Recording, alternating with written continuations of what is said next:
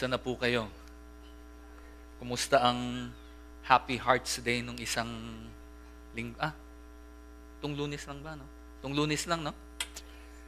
Martes ba? Sorry, mali ako dyan. Kayo po ba ay na-bless kanina dun sa ating pag-awit? Di purihin natin muli ang ating Panginoon. Tayo po ay patuloy na nag-aaral dito sa serye ng Ebanghelyo ng naaayon kay Mateo. At kung maalala nyo, napakarami na nating pinag-aralan. Nag-umpisa tayo nung 1 taon pa. At ngayon ay kung titignan ninyo, tayo ay nasa chapter 4 pa lang. Nakailang buwan na tayo. Pero bago po natin talakayin yung ating pangunahing talata, meron lang akong gustong ipaalala sa ating lahat. Itong nakaraang 3 linggo ay ating pinag-aralan yung tukso na dinaanan ng ating Panginoong Jesus. Kung naalala nyo pa yun, 3 yun, di ba?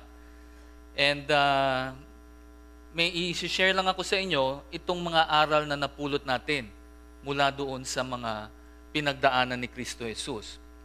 Unang-una, pinakita sa atin doon na walang taong pwedeng i-echapuera. Anong ibig sabihin? Walang tao na hindi pwedeng hindi tuksuhin ng kaaway. Bakit ko nasabi yan? Mismo yung anak ng Diyos, si Kristo Jesus, tinukso. Tayo pa kaya? Yun ay isang aral na ating mapupulot. At pag nasa isip natin parati yan, at least parati tayong magiging handa, di ba? Pangalawa, ang isa pang katotohanan na ating napulot doon, na kung sakaling tayo ay payagan ng Diyos na dumanas ng tukso o kaya'y matinding pagsubok, ang gagawin niya, ito ay kung parati tayong nakatuon sa Kanya, ang gagawin niya ay tutulungan niya tayo na ating malagpasan ang anumang tukso o pagsubok na ating haharapin o kaya'y hinaharap na. Parati yan, magpo-provide siya ng isang daan na tayo ay makakalusot. Yan ay kung tayo ay aasa sa Kanya at hindi sa ating sarili. At yung pinakahuli, tandaan po natin ang ating kaaway ay tuso. No? Madiskarte yan si Satanas, hindi kanyan tutuksuhin ng harap-harapan. Hindi kanya bibiglain. Ang gagawin niya parati kung ikaw ay hindi handa. No? Titirahin ka niya kapag ikaw ay mahinang-mahina. Ganun ang sistema niya. O di kaya ang gagawin niya ay paunti-unti na hindi mo namamalayan. At yung susunod na pangyayari na ay makikita mo o marirealize mo na lang na ikaw ay nalugmok na doon sa kasalanan. Yan po yung mga leksyon o yung mga aral na ating napulot doon sa 3 tukso na dinanas ng ating Panginoong Jesus. At dahil dyan, ako'y naniniwala na tunay nga ng ating Panginoong Jesus ay kaya niya tayong damayan kapag tayo ay dumaranas ng pagsubok o di kaya ng tukso. Bakit? Dahil siya mismo, naranasan niya yan. Alam niya. Okay. So ngayon, ang gagawin natin ay puntahan na natin yung ating pangunahing talata. Pwede ko ba kayong anyayahan na magsitayo at ating babasahin ang ating pangunahing talata na makikita natin sa Mateo chapter 4. Babasahin po natin yung verse 12 hanggang verse 17. Sabay-sabay po nating basahin yan. Nang mabalitaan ni Jesus na dinakip si Juan, pumunta siya sa Galilea. Nang iwan niya ang Nazareth, siya ay pumunta at tumira sa Capernaum, na nasa tabing dagat na sakop ng Zebulon at Neftali, upang matupad ang sinabi sa pamamagitan ni Propeta Isaias. Ang lupain ni Zebulon, ang lupain ni Neftali, patungo sa dagat, sa ibayo ng Jordan, Galilea ng mga hentil.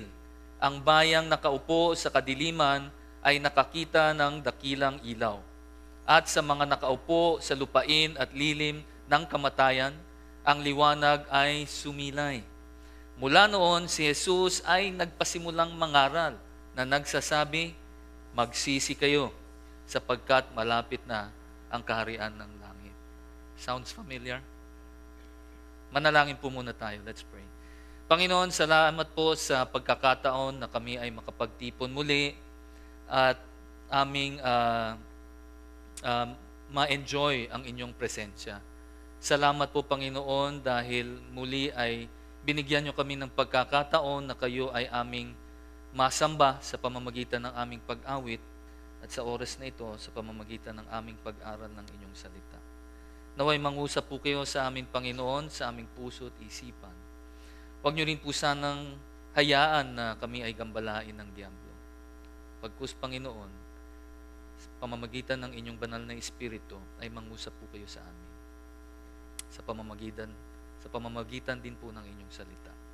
Salamat po muli, Panginoon, sa oras na ito. Ito ang aming samot dalangin sa matamis na pangalan ni Jesus. Amen. Magsiupo ho tayo. Ngayon, itong serye dito sa Mateo na ating pinag-aaralan, ang dami na nating tinalakay.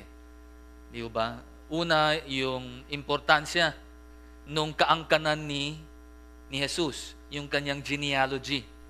Di ba? Napag-aralan natin doon na siya ay galing kay Haring David. Mula sa dalawang sides, no? Dalawang part nung kanyang magulang kay Joseph at kay Maria, ni Mary. So dito makikita natin yung importansya ng kanyang kaangkanan. Na nalaman din natin doon na sino ba ang tunay na ama ni Jesus?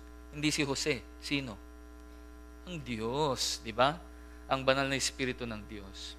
At sumunod niyan ay ating na pag-aralan yung propesiya patungkol sa kanyang kapanganakan at yung katuparan ng heograpiyang propesiya patungkol sa kanya kung saan siya manggagaling. Napag-aralan din natin yon. At yung isa pa, yung naalala nyo yung boses na sumisigaw sa ilang, sino yon? Si Juan Bautista. Di ba? At itong pinakahuli, kung saan ay sinubukan ng ating Panginoong Jesus, dito pinakita na si Jesus nga ang siyang ating tunay na tagapagligtas at Haring Mesiyas. At sa hapong ito, may ipapakita na naman sa atin si Mateo. Panibagong propesiya. Patungkol pa rin sa Haring Mesiyas. At ano ba itong propesiya na ito? Yan ang ating tatalakayin sa hapong ito. Pero bago ang lahat, alam po ninyo, simula doon nung si Jesus ay matukso, no? At hanggang sa siya ay mag-umpisa sa kanyang ministeryo, ay mayroon po tayong tinatawag na mahigit na 1 taon na agwat, may gap. Ang dapat po nating maintindihan, si Mateo, nung siya ay nagsulat, hindi siya yung parang in order na kung ano yung nauna, ano yung sumunod, hindi . Katulad kung naalala nyo yung simula dun sa kapanganakan ni Jesus, ang tinalunan bigla ay yung kanyang pagbabautismo. Ilang taon ang diferensya nun? Halos 30 taon ang kanyang tinalon. No? From chapter 2 hanggang chapter 3. Halos 30 years ang agwat. Dito naman, mula sa kanyang pinagdaanan na pagtukso sa kanya ng Diablo, at dito sa pag-uumpisa niya ng kanyang ministeryo, may agwat na 1 taon mahigit. At kung gusto nyong makita yung detalye nung mga activities ni Jesus Christ, nung 1 taon mahigit na yon, makikita natin yan sa libro, sa aklat ng Juan, o sa Ebanghelyo according to John. Makikita natin yan from John 1 hanggang John chapter 4. No? Mula kung saan nanggaling si Jesus sa Judea, papunta ng Galilea. Pinaalam ko lang yan para tayo magkaroon ng isang malaking picture para lalong maintindihan natin later on kung bakit si Jesus nag-umpisa ng kanyang ministeryo hindi sa Jerusalem, hindi sa Judea, hindi sa Samaria, kundi sa Galilea. Bakit? So bago yan, ipakita ko muna sa inyo yung ating 3 punto na pagdadaanan sa hapong ito. Una po ay ito. Ang pagtatapos ng ministeryo ni Juan Bautista. Pangalawa, si Jesus ang sumilay na liwanag. Siya yung na-prophesy na sumilay na liwanag. No? Or the dawning light sa wikang Ingles. At yung pinakahuli ay ito. Sinimulan ni Jesus ang kanyang ministeryo. Napakaigsi ng ating mensahe sa hapong ito. Pero ito po ay punong-puno. Kaya kayo po ba ay handa nang tanggapin ang salita ng Diyos? Okay, so kung ready na kayo, umpisahan na natin. Tignan po natin dito sa Mateo chapter 4, verse 12. Ano ang sinasabi dyan? Nang mabalitaan ni Jesus na dinakip si Juan, pumunta siya sa Galilea. Ang ating unang punto, ang pagtatapos ng ministeryo ni Juan Bautista. Alam po ninyo, nang si Juan Bautista ay dinakip at ikinulong, yun po ang senyales ng pag-uumpisa ng ministeryo ni Kristo Jesus. Kung saan nagtapos yung ministeryo ni Juan Bautista, doon nagsimula ang ministeryo ni Kristo Jesus. Naalala niyo pa ba yung mensahe ko patungkol kay Juan Bautista? Ano ba ang kadahilanan o ano ba ang layunin niya at pumunta siya rito sa mundo? Hindi ba ang kanyang responsibilidad o yung kanyang task na ibinigay sa kanya ng Diyos ay ano? Upang ihanda ang daan na dadaanan ng Haring Mesiyas. Inihanda niya yung puso ng mga tao upang tanggapin ang mensahe ni Kristo Jesus. At ano raw nga ba ang mensahe ni Jesus kung naalala nyo pa yon? Mangagsisi kayo. Mangagsisi kayo. Yun ang mensahe ni Juan Bautista na siya ring mensahe ng ating Panginoong Jesus. Hindi niya pinangunahan si Jesus. Ang ginawa lamang po ni Juan Bautista, hinanda niya ang puso ng mga tao. Yan ang trabaho niya. Kaya yan ang ginawa niya. Pero bago mag-umpisa ang ministeryo ni Jesus, kailangan munang matapos ang kanyang ministeryo. At yun ang naging senyales.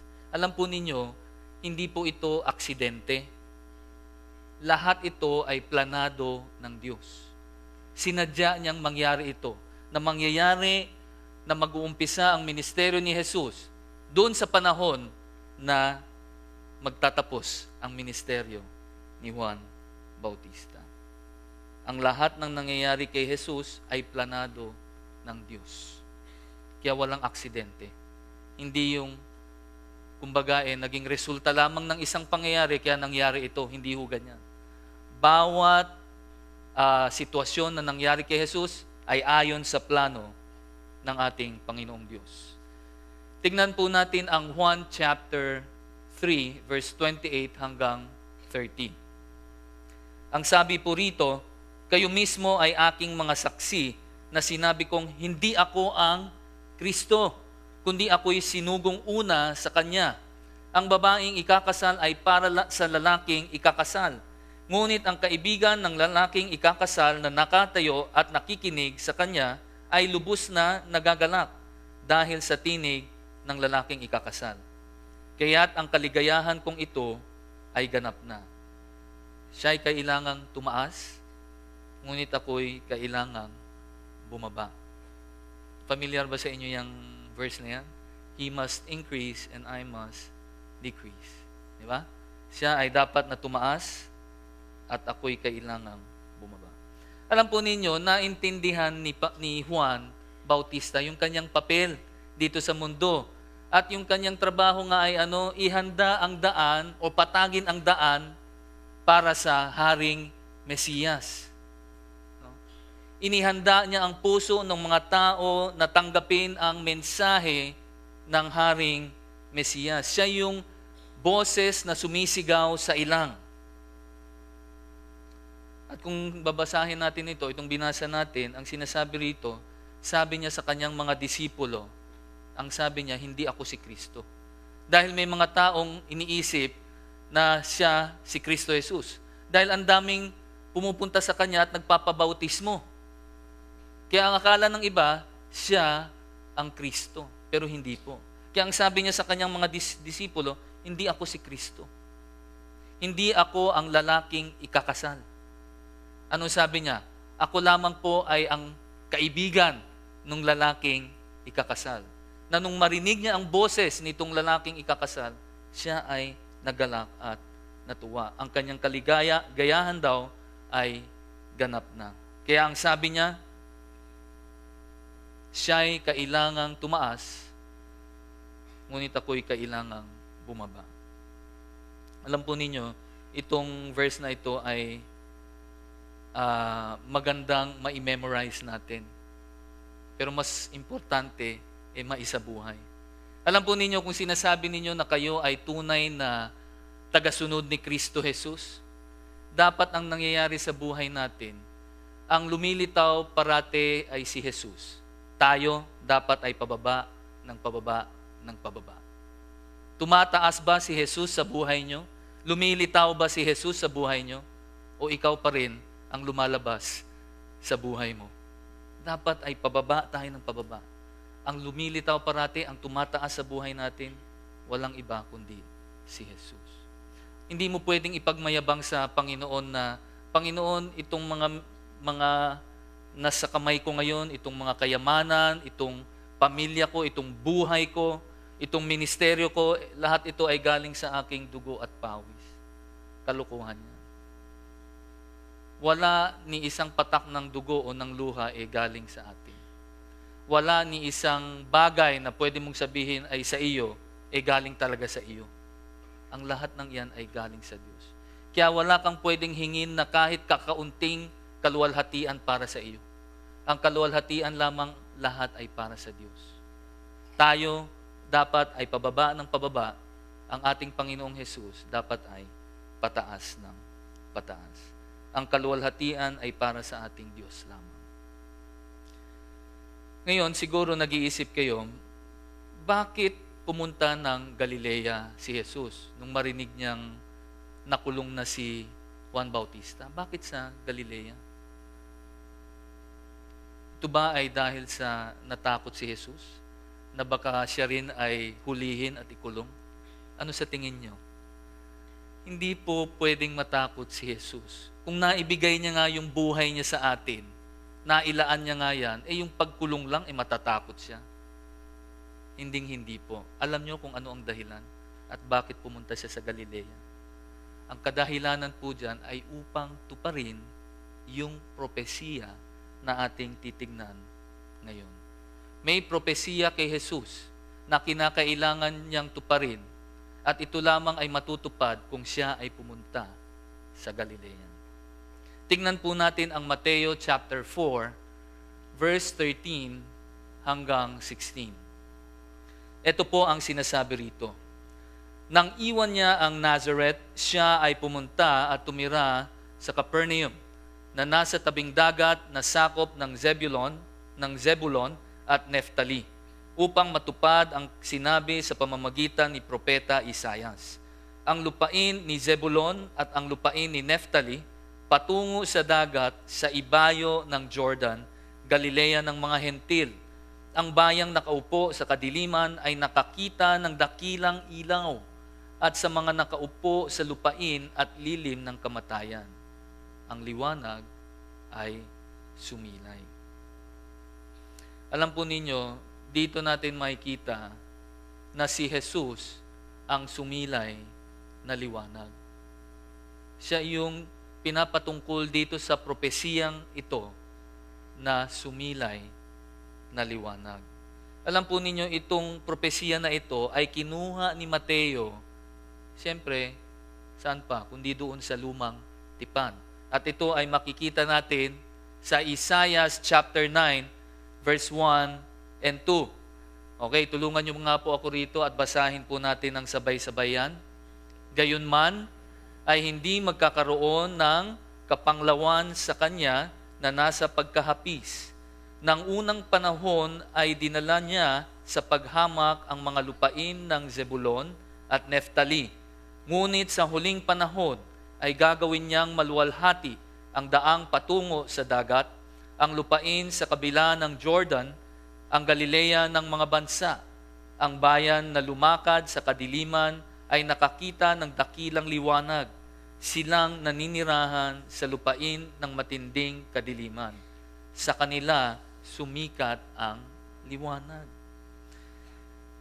Nung mga panahon na ito ay sinukluban ng kadiliman ang Israel at ang buong mundo. Anong ibig sabihin ng sinukluban? Pawang kalungkutan, pawang kapighatian ang dinaranas ng mga tao. Bakit? Dumaranas sila ng gyera, dumadanas sila ng pag-uusig, ng taggutom. Ito ang panahon na kung saan ay mga tao ay naghihirap. Ito yung panahon ng kadiliman. At sinasabi rin dito ni Isaias na ang mga Israelita ay inaasam-asam po nila. Sila ay nananalangin at naghihintay sa pagdating nitong liwanag na sinasabi ni Isaias. Yung pagdating nung liwanag. Dahil pag dumating ang liwanag na yan, sino nga ba yung liwanag? Si Jesucristo. Pag dumating yung liwanag na yan, siya ay mamumuno. Ang Haring Mesiyas ay mamumuno. At dadalhin niya ang Israel mula sa kadiliman papunta sa kaliwanagan. Alam po ninyo, itong propesiya na to ay ilang ulit ding sinabi sa Lumang Tipan. Kaya ipapakita ko sa inyo ngayon, isa pa, sa Isaiah chapter 60, verses 1 hanggang verse 3. Okay. Ang sabi rito, ikaw ay bumangon, magliwanag ka, sapagkat ang iyong liwanag ay dumating at ang kaluwalhatian ng Panginoon ay sumikat sa iyo. Sapagkat narito, tatakpan ang lupa ng kadiliman at ng makapal na dilim ang mga bayan. Ngunit ang Panginoon ay sisikat sa iyo at ang kanyang kaluwalhatian ay makikita sa iyo. At ang mga bansa ay paroroon sa iyong liwanag at ang hari at ang mga hari sa ningning ng iyong pagsikat. Sinabi rito ulit ni Isaias na pinagsukluban ang Israel at ang buong mundo ng kadiliman. Pero sa kalagitnaan ng kadiliman na yon ay may lilitaw na liwanag. At sino ang liwanag na yon? Ang ating Panginoong Jesus. Yan ay isang propesiya na naisakatuparan ni Jesus. Paano? Mamaya ipapakita ko yan sa inyo. Dito sa propesiyang ito, makikita natin na si Jesus ang sinasabing liwanag na sumilay. At hindi lang po ito na nababanggit sa Lumang Tipan. Pati sa Bagong Tipan ay naibanggit ito. Ito ay naibanggit ng isang matuwid na tao na nagngangalang Simeon. Tignan natin sa Lucas chapter 2, verse 25 to 32. Pasensya na kuya kung pumipiyok ako. Nagbibinata, kaya ano.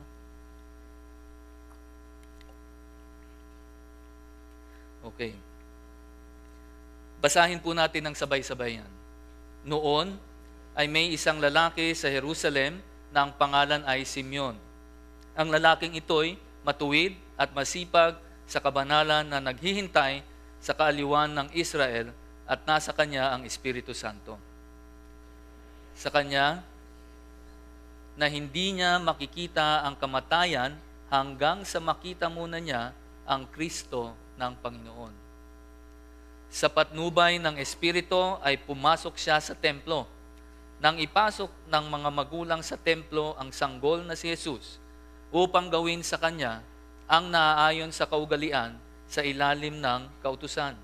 Inilagay niya ang sanggol sa kanyang mga bisig, pinuri ang Diyos at sinabi, ay pumanaw na may kapayapaan ayon sa iyong salita. sapagkat nakita ng aking mga mata ang iyong pagliligtas, na iyong inihanda sa harapan ng lahat ng mga tao, isang ilaw upang magpahayag sa mga hentil at para sa kaluwalhatian ng iyong bayang Israel. Si Simeon ay isang Hudyo. At ang isang Hudyo na naniniwala sa Diyos, lahat sila ay naghihintay o inaabangan o ipinapanalangin na dumating na itong liwanag na ito, na dumating na sana ang Haring Mesiyas. At dumating nga. Nung mga panahon na ito, itong si Simeon ay matandang-matanda na. Ngunit sinabi sa kanya ng Espiritu ng Diyos, inihayag sa kanya ng Diyos, na hindi mo ipipikit ang iyong mata hanggat hindi mo nakikita hindi mo nasisilayan itong liwanag na ito, itong Haring Mesiyas na ito. At nung nakita na niya yung Haring Mesiyas, yung liwanag, anong sabi niya? Anong sabi niya sa Panginoon? Panginoon, ngayon ay hayaan mong ang iyong alipin ay pumanaw na may kapayapaan. Muli, pinapakita sa atin dito na ang Panginoong Jesus ang siyang tunay na Haring Mesiyas. Siya yung sinasabing liwanag na sumilay. Ngayon, ang tanong, saan ba sumilay ang liwanag? Di ba kanina ay nabasa natin saan? Sa lupain ng Zebulon at lupain ng Neftali. Pero may binanggit pa dyan, Galilea ng mga hentil. Saan ba talaga? Parang nakakalito, tiho ba? Pero kailangan natin munang intindihin saan ba nakalugar ngayon ang lupain ng Zebulon at ang lupain ng Neftali. Pero bago yan, tingnan po natin muna yung ating pinakahuling punto at basahin muna natin itong Mateo chapter 4, verse 17. Sabay-sabay po nating basahin yan. Mula noon,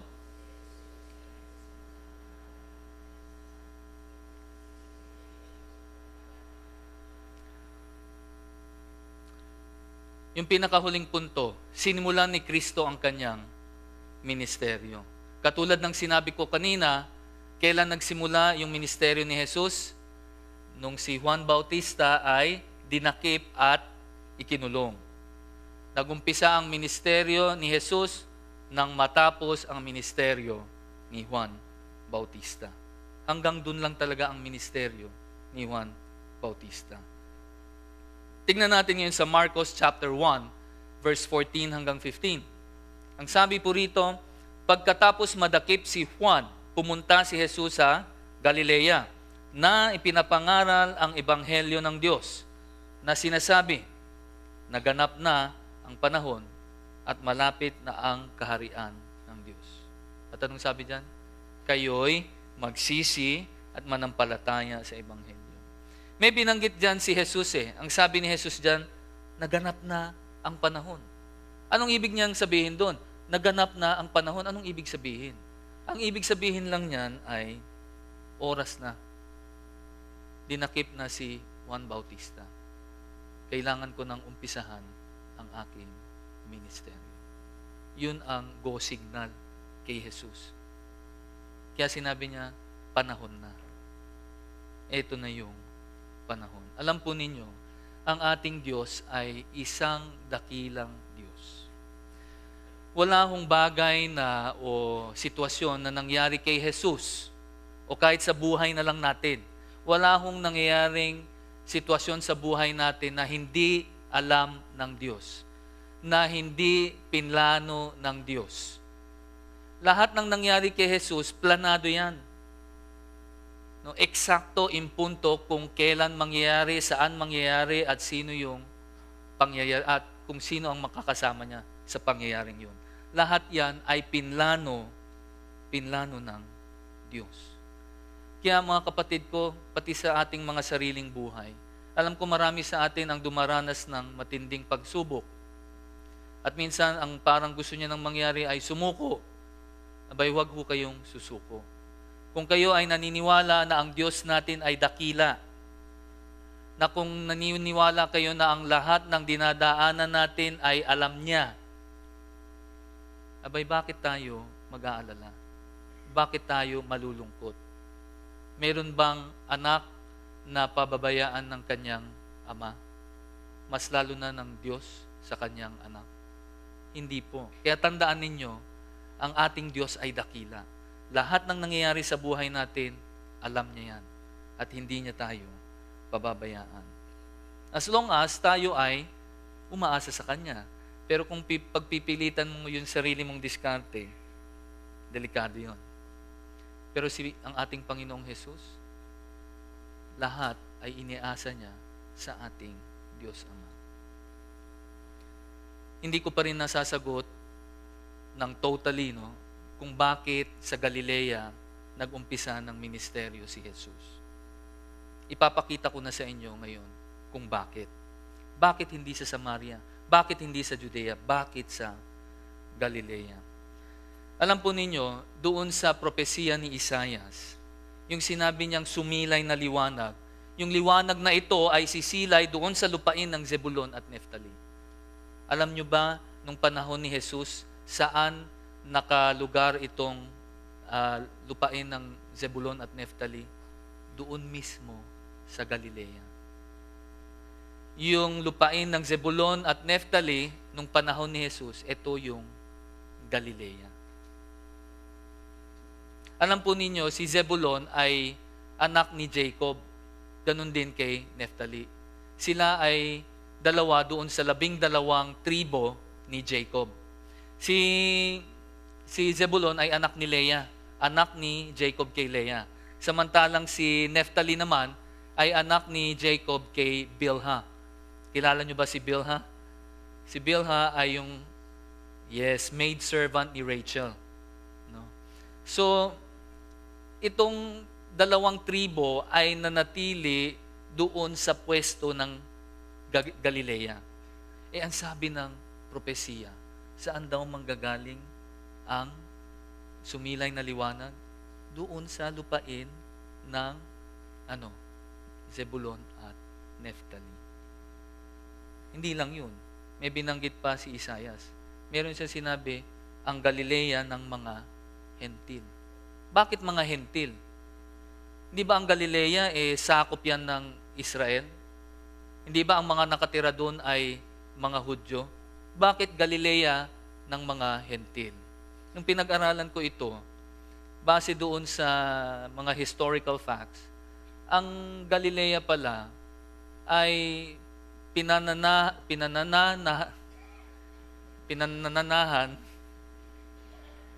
ng mga foreigner, no? Yung mga hindi Hudyo, mga pagano, mga hentil.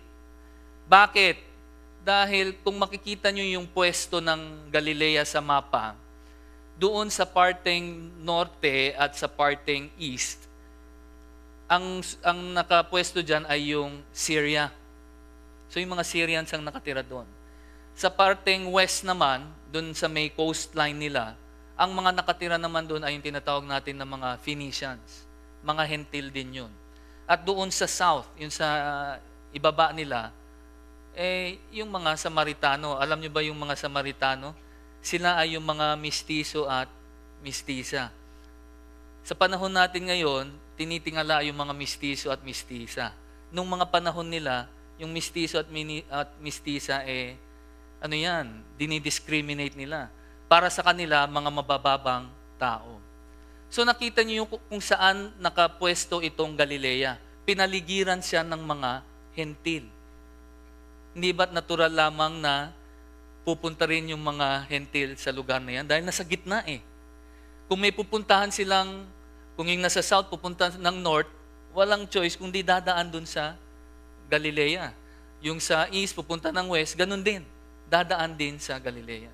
At hindi ka magtataka kung marami ang pupwesto dyan at magnenegosyo sa Galilea. Kung ikaw ay may pag-iisip ng isang negosyante, abay magandang lugar yan.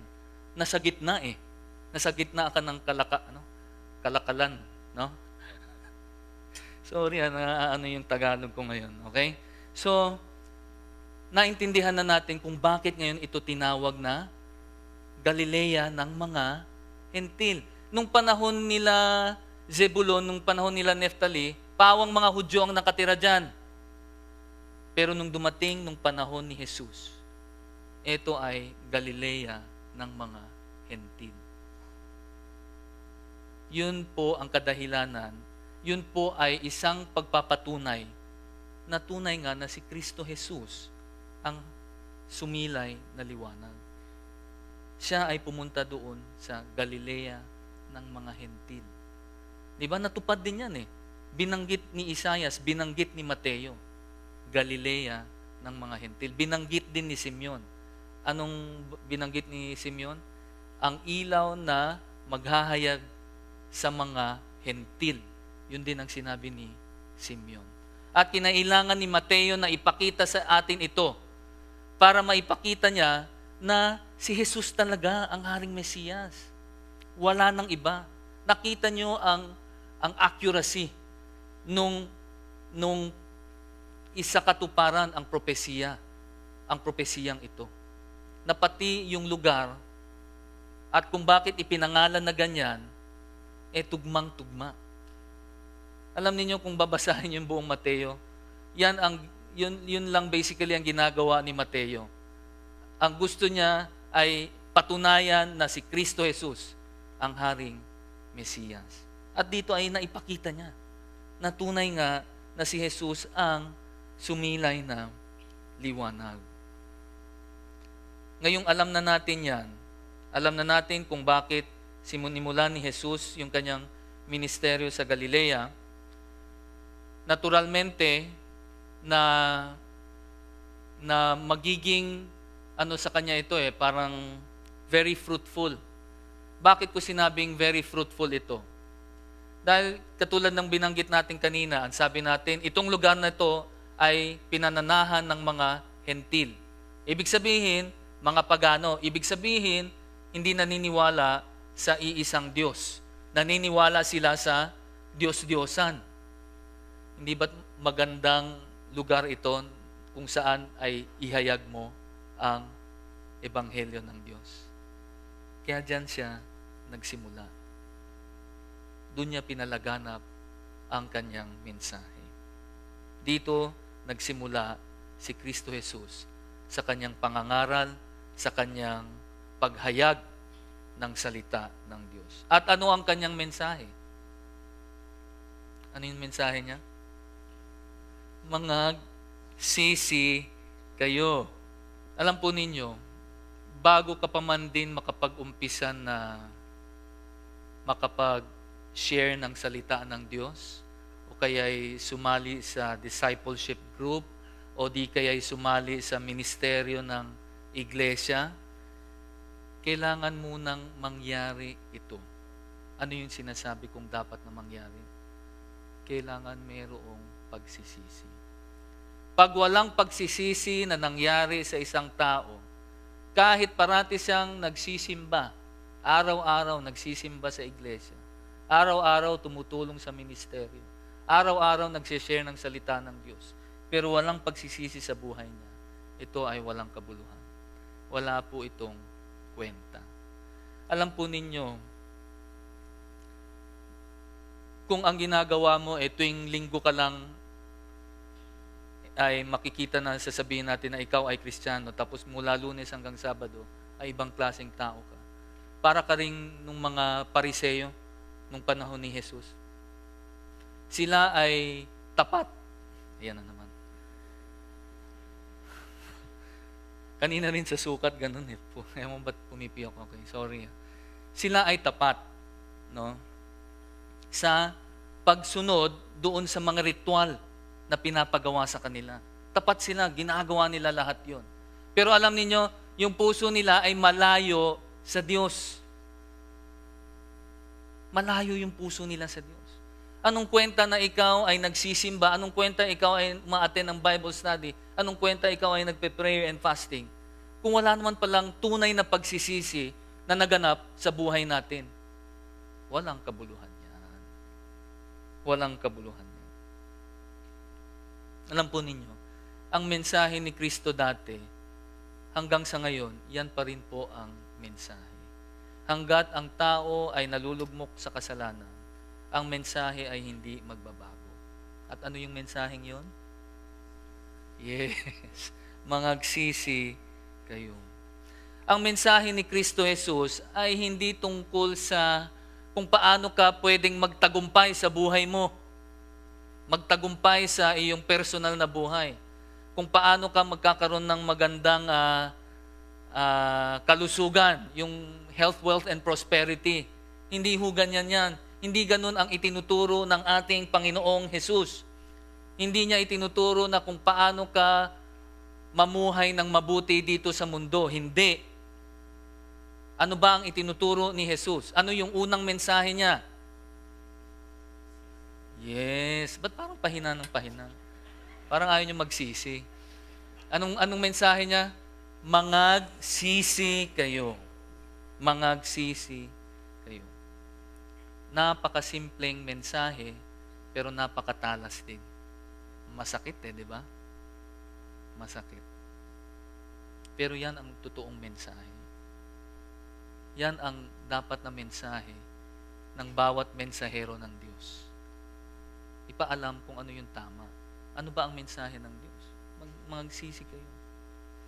Alam po ninyo, hanggat hindi natin natututunan ito, hanggat hindi natin matanggap sa ating kalooban na kailangan nating magsisi at sa ating mga kasalanan, magiging katulad po tayo ng mga taong ito na nakasaad dito sa Mateo chapter 7, verse 21 hanggang 23. At ang sabi po rito, hindi lahat ng nagsasabi sa akin, Panginoon, Panginoon, ay papasok sa kaharian ng langit, kundi ang gumaganap ng kalooban ng aking Ama na nasa langit. Sa araw na iyon ay marami ang magsasabi sa akin, Panginoon, Panginoon, hindi ba nagpropesiya kami sa iyong pangalan at nagpalayas ng mga demonyo sa inyong pangalan? At sa iyong pangalan ay gumawa kami ng maraming gawang makapangyarihan? At kung magkagayon ay ipahahayag ko sa kanila, hindi ko kayo kilala kailanman. Lumayo kayo sa akin, kayong mga gumagawa ng kasamaan. Ito yung mga tao na tinuturing nila yung sarili nila na Kristiyano. Pero sadly, hindi ito nakikita sa kanilang buhay. Tuwing linggo, Kristiyano sila. Pero from Monday to Saturday, anong klaseng buhay ang meron sila? Tandaan ninyo, hindi ho natin pwedeng bayaran ang ating kaligtasan. Hindi mo pwedeng bayaran ng pag-attend ng church linggo-linggo o umattend ng Bible study every midweek o kaya'y sumali sa D-group o mag-join ng ganitong ministry. Hindi po. Ang tunay na kaligtasan, mangyayari lamang ito kung mangyari itong unang hakbang sa buhay natin. At ito ay yung pagtalikod sa kasalanan. Kung ikaw ay nagsisisi. Ang ibig sabihin ng pagsisisi, talikuran ang kasalanan. Napakasimple ng mensahe ng Diyos. Hindi mo pwedeng sabihin, alam nyo, meron kasing katuruan na sinasabi nila na ang kaligtasan naman ay proseso naman yan. No, I believe na merong tinatawag natin sanctification. Habang ikaw ay nabubuhay, lalo kang nagiging katulad ni Kristo. Pero hindi mo pwedeng sabihin na 10 taon na akong Kristiyano hanggang ngayon, yung bisyo ko na yon, hanggang ngayon ay bisyo ko pa rin. May nagturo sa akin, sabi naman daw, proseso. Malay mo kung sa ika-20 taon at saka bitawan yung bisyo na yan. Delikado kasi kung ganyan ang tinuturo natin. Napakalinaw naman ng sinabi ng Diyos. Ano ang ibig sabihin ng pagsisisi? Talikuran ang kasalanan. Isa sa mga paborito kong talata sa Biblia ay itong Juan chapter 10, verse 25 to 27. Basahin ko po ito sa inyo. Sinagot sila ni Jesus, sinabi ko na sa inyo, at hindi kayo naniwala. Ang mga gawang ginagawa ako sa pangalan ng aking Ama ay siyang nagpapatotoo sa akin. Subalit hindi kayo naniwala sapagkat hindi kayo kabilang sa aking mga tupa. Pinapakinggan ng aking mga tupa ang aking tinig at sila'y aking kilala at sila'y sumusunod sa akin. Loud and clear. Ano sabi ni Jesus? Kapag ikaw ay tupa niya, kapag narinig mo raw ang kanyang boses, anong gagawin daw natin? Susunod tayo sa kanya. Paano kung hindi tayo sumusunod? Hindi raw tayo isa sa kanyang mga tupa. Di ba napakasimple? Hindi naman natin kailangan na gawing komplikado para maintindihan. Napakasimple. Ang sabi ni Kristo Jesus, sinabi mo naniniwala ka sa akin, edi sumunod ka sa akin. Kung talagang naniniwala ka. Pero kapag ikaw ay hindi sumusunod, anong ibig sabihin lang yan? Hindi ka talaga naniniwala. Hindi mo pwedeng sabihin sa Diyos na, Panginoon, pwede ba yung kalahati ng katawan ko, doon pa rin ako sa kasalanan, at yung kalahati ng katawan ko ay susunod sa iyo. Meron bang ganun? Wala po. Alam niyo po yung mga disipulo ni Kristo Jesus. Nung sila ay tinawag ni Jesus, anong ginawa nila? Dali-dali nilang iniwan ang lahat ng kanilang ginagawa. At sila ay sumunod kay Kristo Jesus. Ganun ang ginawa nila. Hindi sila nagpatumpik-tumpik. Dali-dali silang sumunod kay Kristo Jesus. Pwede ba yung isang araw na kay Jesus ka at isang araw na kay Satanas? Hindi pwedeng ganun. Ang linaw-linaw na sinabi ng Biblia na hindi mo pwedeng sambahin ang Diyos at ang pera o ang diablo. Walang, di ba madalas natin napapakinggan na gray area. Wala namang gray area. It's either black or white. Itim o puti. Either sa Diyos ka o sa demonyo ka. Ang sabi ni Jesus, ang kanyang mensahe, na hindi nagbabago simula nung panahon nang siya ay nangunang nangaral hanggang sa ngayon, ay ano? Mangagsisi kayo. Sa ating pagtatapos, sa pangalawang Timoteo, chapter 4, verse 1 to 4. Tulungan nyo nga ako at basahin natin ito. Sa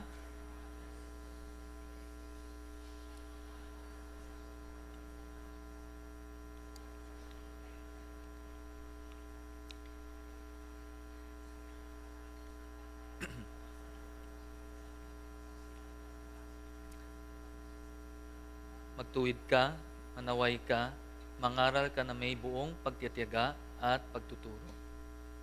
Sapagkat darating ang panahon na hindi nila matitiis ang wastong aral, kundi sa pagkakaroon nila ng makakating tainga ay mag-iipon sila para sa kanilang sarili ng mga gurong ayon sa kanilang sariling pagnanasa at tatalikod sa pakikinig sa katotohanan ang kanilang mga tainga at babaling sa mga kathang isip. Itong sulat na ito ni Pablo kay Timoteo ay sulat mula sa isang pastor papunta sa isa pang pastor. At binigyan niya ng babala itong si Timoteo. Na sinabi niya na ipangaral mo ang salita in season and out of season. Yun ang sabi ni Pablo kay Timoteo. Pero bakit kailangan niyang ipangaral ang salita? Bakit niya kailangan ipangaral ang salita sa kapanahunan at sa di kapanahunan? Bakit? Ayon sa verse 3. Bakit daw? Dahil darating ang panahon na hindi na nila matitiis ang wastong aral. Kundi sa pagkakaroon nila ng makakating tainga. Itong makakating tainga, siguro may tutulirin yan. Dapat tanggalin kaya nangangati. No? Pero dito dahil sa meron silang makakating tainga, anong ginagawa nila? Nag-iipon sila para sa kanilang sarili ng mga gurong ayon sa kanilang sariling pagnanasa. Alam niyo po, yung sinasabi ni Pablo kay Timoteo na darating ang panahon, yung panahon na yan ay dumating na po. Marami na po ngayong mangangaral ng salita ng Diyos na ang gustong ipangaral ay yung mensahe nila at hindi ang mensahe ng Diyos. Anong ibig sabihin ko doon? Meron na silang mensahe na nasa kanilang isip bago pa man din nila ihayag ang salita ng Diyos. At ang gagawin nila ay pupulutin nila ng isa-isa ang salita ng Diyos at itutugma doon sa mensahe na nasa isip na nila. Kapag ganun ang ginawa mo sa salita ng Diyos, lumalabas dyan, kaninong mensahe ang inihahayag mo. Mensahe mo yan. Na ginamit mo lang ang salita ng Diyos bilang palamuti doon sa iyong mensahe. Ang gusto ng Diyos ay ano? Ihayag mo kung ano ang gusto niyang sabihin. Alam naman natin na mahal tayo ng Diyos. Alam niyo yung mga mangangaral ngayon, ang gusto lang ipakita parate ay yung parang maawaing katangian ng Diyos. Pero hindi nila ipinapakita yung pagiging just ng ating Panginoon. Hindi nila ipinapakita na ayaw ng Diyos na ang tao ay malulong sa kasalanan. Alam po ninyo, may mga nagtuturo pa nga na sinasabi nila na ang salita daw ng Diyos ay hindi na raw naaangkop sa panahon natin ngayon. Nung mga panahon ni Jesus, nung mga panahon ng mga apostol, naaangkop sa kanila yan. Dahil nung mga panahon nila isinulat yan. Pero sa panahon daw natin ngayon, hindi na raw ito relevant. Kaya ang kailangan nilang gawin ay gawin nilang relevant ang salita ng Diyos. Sa paanong paraan? Di lalagyan nila ng palamuti. I-sugarcoat nila ang salita ng Diyos. Na ang nangyayari ay hindi mo na ngayon na ihahayag ng tama ang salita ng Diyos. Alam ninyo, walang masama naman kung tayo ay magpapatawa o magbigay ng illustration sa paghayag ng salita ng Diyos. Okay naman yun eh. Kasi ako nagpapatawa rin ako minsan. Tama ba? Pero dapat itong pagpapatawa na to o kaya itong illustration or istorya, dapat may koneksyon doon sa salitang inihahayag ng Diyos upang makatulong na lalong maintindihan ng kanyang mga anak. Ang sabi ni Pablo kay Timoteo, ipangaral mo ang salita. Hindi mo kailangan dagdagan o bawasan man lang. Ipangaral mo ang salita. Ang salita ng Diyos ay hindi mo kailangan gawing angkop sa panahon ngayon. Dahil kung ito ay naaangkop nung panahon nila Jesus, nung mga panahon ng mga early churches, hanggang ngayon, angkop pa rin yan. Dahil iisa lang ang mensahe. Ano nga ba yung mensahe? Mangagsisi kayo. Sising-sisi na ba kayo? Ako mas lalo na kaninang umaga ko pa pinipreach ito. Pangatlong message, pangatlong sermon ko na to. Alam po ninyo, makapangyarihan ang salita ng Diyos. Kaya sinasabi ni Pablo kay Timoteo, ipangaral mo ang salita. Yun lang ang gawin mo, ipangaral mo. Ako na ang bahala. Alam niyo kung bakit ganun ang sinabi ni Pablo kay Timoteo?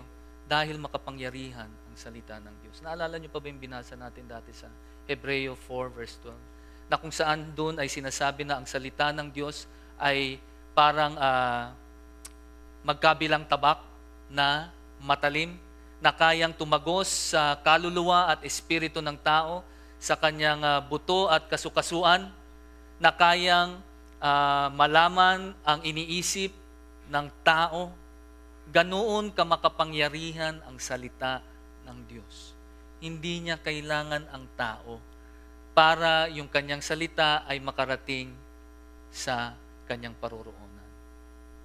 Tandaan natin na kayang gawin ng Diyos na maipaalam niya o maihayag niya ang kanyang salita.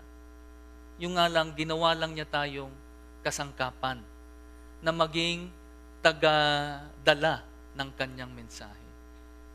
Huwag niyong isipin na, hindi naman ako mangangaral Miyembro lang naman ako ng CCF Filipino Church. Hindi po yun. Alam po ninyo, lahat tayo ay nangangaral ng salita ng Diyos. And I hope that you're doing that. No, ang ninanais ko ay ginagawa nyo sana yun.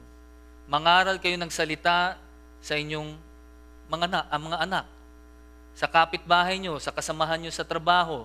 Ipangaral nyo yung salita. Just make sure na salita nga ng Diyos ang inyong pinapangaral at hindi yung kung anuman ang nasa isip natin. Tandaan ninyo, ang salita ng Diyos ay makapangyarihan. Sa ating pagtatapos, totoo na ito. Tandaan po natin yung mensahe ni Kristo Jesus. At ano nga ba yun? Okay, so I'm sure na natatandaan nyo na yan. Okay? Then, hindi po ako nagpapatawa o kung anuman. Ito ay isang bagay na dapat ay totoo sa isang taong nagsasabi na siya ay isang alagad ni Kristo Jesus. Kapag walang pagsisisi na nangyari sa buhay natin, then isipin natin ngayon. Baka akala mo lang na ikaw ay isa sa mga tupa. Hindi pala. Ano ang pruweba na ikaw ay isang tupa ng Diyos? Kapag ikaw ay sumusunod. Kapag ikaw ay nagsisi. Bago pa man din mangyari yung pagsunod, kailangan ay mayroong munang pagsisisi. Okay, tayo po ay magsitayo. Tayo po ay mananalangin. Panginoon, maraming salamat po sa inyong salita.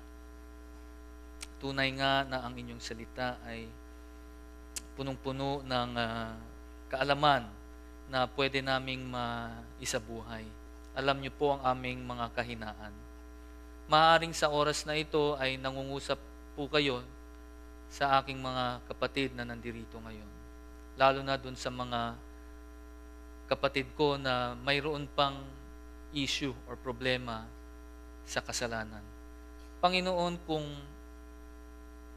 nakikita nyo ang kanilang puso na sila ay gusto na nila talagang tumalikod at magsisi, Panginoon, tulungan nyo po sila. Bigyan nyo po sila ng kalakasan na ito ay kanilang magawa. Panginoon, ito lamang po ay mangyayari sa pamamagitan ng inyong banal na Espiritu na sumasa amin. Panginoon, salamat po sa hapong ito. Salamat po at ipinakita niyo muli sa amin na si Jesus nga ay ang tunay na Haring Mesiyas sa pamamagitan nitong propesiya na ipinakita muli ni Mateo.